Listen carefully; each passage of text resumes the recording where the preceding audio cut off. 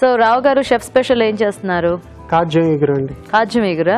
ఓ, so కొంతమందికి ఆ liver బాగా నచ్చుతుంది, కొంతమందికి ఏమో పెద్ద ఇష్టం ఉండదు కదా. సో ఇష్టమైన వాళ్ళు ఇది చేసుకోవచ్చు ఫుల్ ఫ్లెడ్జ్డ్ గా.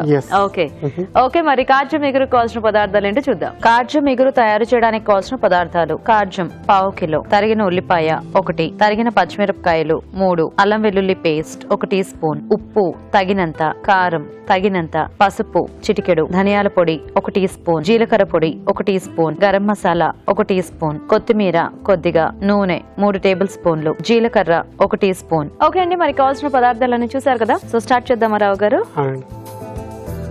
ఫస్ట్ నూనె వేసుకుందండి.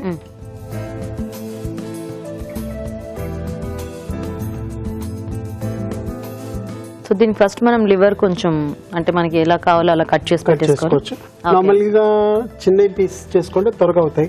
ఇంట్లో కొన్ని కొంచెం పెద్దగా చేసుకుంటారు, అలా ఇష్టం అనమాట. Okay okay. సో వేడి అయిన తర్వాత కొంచెం జీలకర్ర. సో ఓన్లీ లివర్ తో చేసుకునేటప్పుడు కొంచెం చిన్న పీసెస్ అయితేనే బెటర్ ఏమో కదా.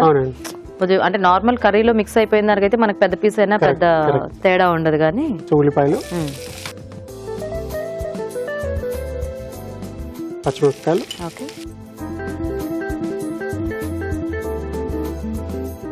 So mostly non veg recipes కి మనకి ఎంత సింపుల్ గా చేసుకుంటే అంత టేస్ట్ ఉంటుంది కదా. ఉప్పు కొంచెం, ఇప్పుడు దాని తర్వాత ఇంకోసారి వేసుకుందాం.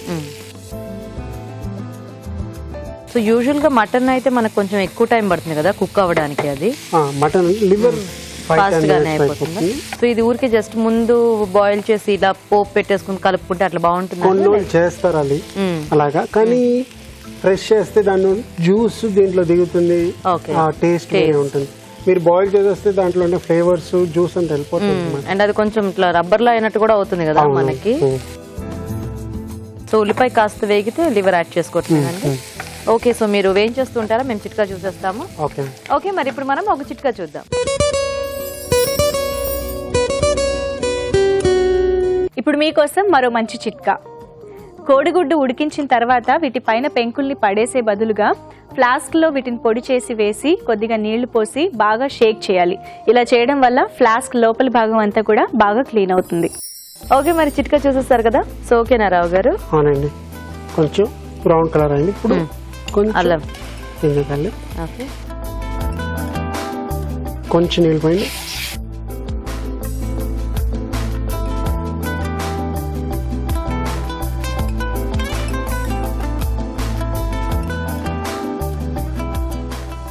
అన్ని మసాలాలు వేసేసుకుందాం. కొంచెం ఉప్పు, కొంచెం కారం, పసుపు, కొంచెం ధనియాల పౌడర్, కొంచెం జీలకర్ర, కొంచెం గరం మసాలా,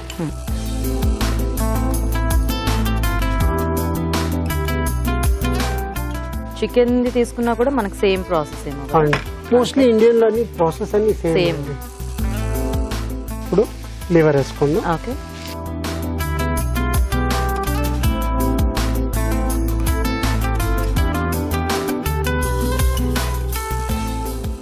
సో ఈ లివర్ ఫ్రై మో టేస్ట్ ఏదండి? ఇట్లా మేకది బాగుంటుందా లేకపోతే చికెన్ ఇదా?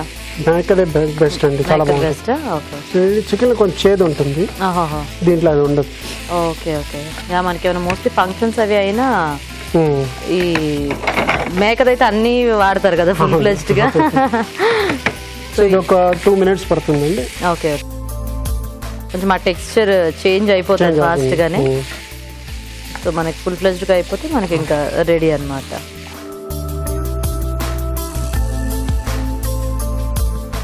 కొంచెం మూసి పెడదాం. Okay. For 2 minutes.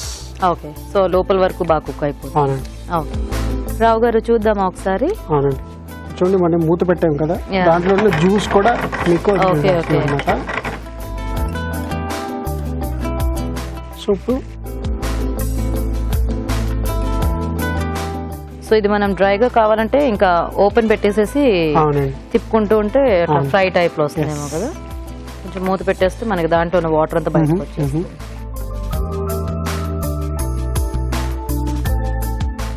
Almost ready అండి. ఓకే.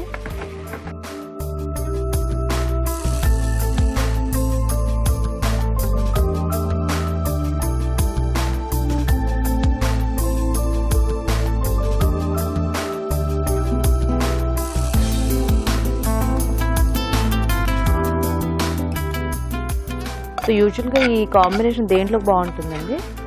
మీరు ఇది రోటీస్ కి తింటారు, కానీ రైస్ తోటి మీరు ఏదైనా సైడ్ లో పెట్టుకుంటే ఇది బాగుంటుంది ఇంకా అన్నమాట. బాగుంటుంది. Okay okay. కానీ మీరు కలుపుకొని కూడా తినొచ్చు, ఇద్దరు కదా రైస్ అన్నంలో కలిపేసేసుకొని. కొంచెం రోటీస్ కి కొంచెం గ్రేవీ ఉంటే బాగుంటుంది.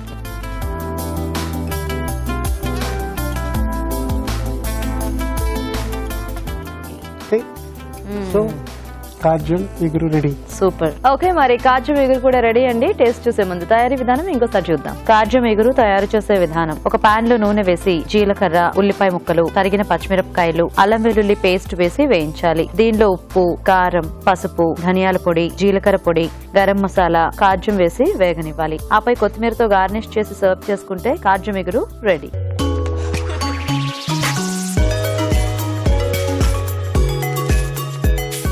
ఓకే, మరి కాజు ఇగురు తయారీ విధానం చూసారు కదండి. తీసుకొని రావు గారు.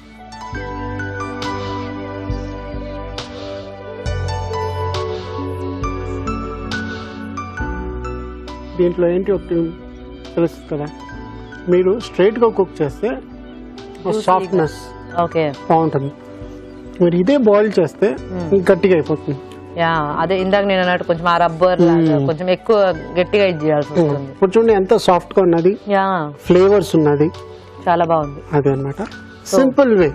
మనం కొంచెంసేపు మూతకు కూడా పెట్టి మగ్గిచ్చేసాం కాబట్టి ఆ ఫ్లేవర్స్ అన్ని కూడా ఆ కాజానికి బాగా పట్టేస్తాయి. దీంట్లో ఇంకోటి సోయా కూర కూడా వేసుకోవచ్చు, చాలా బాగుంటుంది. Soya, okay. సోయా కూర, అవునవును. అది మళ్ళీ దీంట్లో మళ్ళీ మీరు మిరియాలు కూడా వేసుకొని చేసుకోవచ్చు. Okay okay. అదొక ఇదిగా ఉంటుంది. సో ఎలాగంటే అలాగా ఫ్లేవర్స్ కొంచెం మార్చుకుంటూ చేసేసుకోవచ్చు. Okay, super. ఓకే, మరి చూసారు కదండి కాజు ఇగురు చాలా సింపుల్ గా చేసుకోవచ్చు and of course healthy recipe కూడా. మరి మీరు కూడా ట్రై చేయండి.